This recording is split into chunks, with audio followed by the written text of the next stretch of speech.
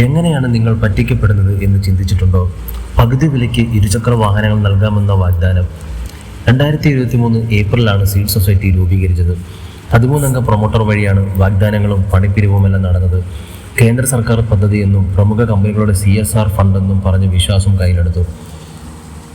ഒടുവിൽ നിങ്ങൾ പറ്റിക്കപ്പെട്ടു. കേസായി, വഴക്കായി. പക്ഷെ എങ്ങനെയാണ് നിങ്ങൾ പറ്റിക്കപ്പെടുന്നത് എന്ന് സ്വയം ചിന്തിച്ചിട്ടുണ്ടോ? എന്തുകൊണ്ടാണ് പറ്റിക്കാൻ അവർ ഉദ്ദേശിക്കുന്ന 1000 പേരിൽ ഒരാൾ നിങ്ങളായി?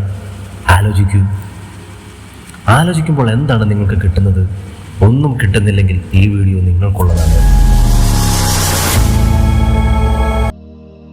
സത്യമറിയാതെ മായയ്ക്ക് പുറകെ പോകുന്ന നിങ്ങളുടെ മനസ്സ്. നമ്മളെല്ലാവരും സിനിമ കാണുമ്പോൾ കരയും. എന്തുകൊണ്ടത് അഭിനയമാണെന്നും ആ രംഗം കഴിഞ്ഞാൽ അവർ ചിരിക്കുകയാണെന്നും നിങ്ങൾ ചിന്തിക്കുന്നില്ല. നമ്മുടെ ആ വികാരത്തെ ഇവർ ടാർഗറ്റ് ചെയ്യുന്നത്. പകുതി വിലയ്ക്ക് സാധനം തരാമെന്ന് പറയുമ്പോൾ നിങ്ങളുടെ മൈൻഡ് സാധനത്തിൻ്റെ ക്വാളിറ്റിയെക്കുറിച്ച് ഫോക്കസ് ചെയ്യുന്നതിന് പകരം ആ പകുതി വിലയ്ക്കുള്ള സാധനം മേടിച്ചാൽ നിങ്ങളുടെ കാര്യങ്ങൾ എങ്ങനെ നടക്കുമെന്നായിരിക്കും ഭൂരിഭാഗം ആൾക്കാരും ചിന്തിക്കുക. ആ ചിന്തയാണ് നിങ്ങളെ പറ്റിക്കപ്പെടുന്നതിൻ്റെ ആദ്യ തുടക്കം. നിങ്ങളുടെ പ്രൈവസി നിങ്ങൾ സൂക്ഷിച്ചേ മതിയാകൂ. നമ്മുടെ പ്രിയപ്പെട്ടവരുമായി എന്തെങ്കിലും രീതിയിൽ ഒരു വാക്ക് തർക്കമുണ്ടായാൽ നമ്മുടെ വാക്കുകളെ ഇല്ലാതാക്കും വിധം അവർ ചിലപ്പോൾ നമ്മളോട് സംസാരിച്ചേക്കാം.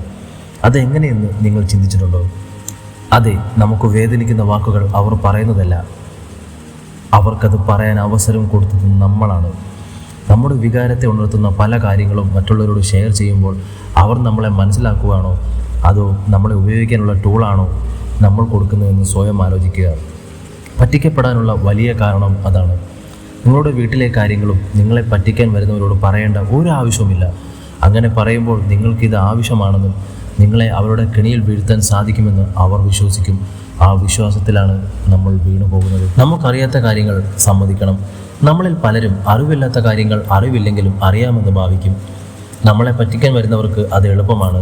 അവർ എന്തേലും ഒരു കാര്യത്തിന് നമുക്കറിയാമെന്ന് അവരായി മുൻകൂട്ടി പറഞ്ഞു നമ്മളിൽ ഭൂരിഭാഗം ആൾക്കാർക്കും എല്ലാം അറിയാമെന്ന ഭാവം നമ്മളിൽ വരുത്തുകയും ചെയ്യും.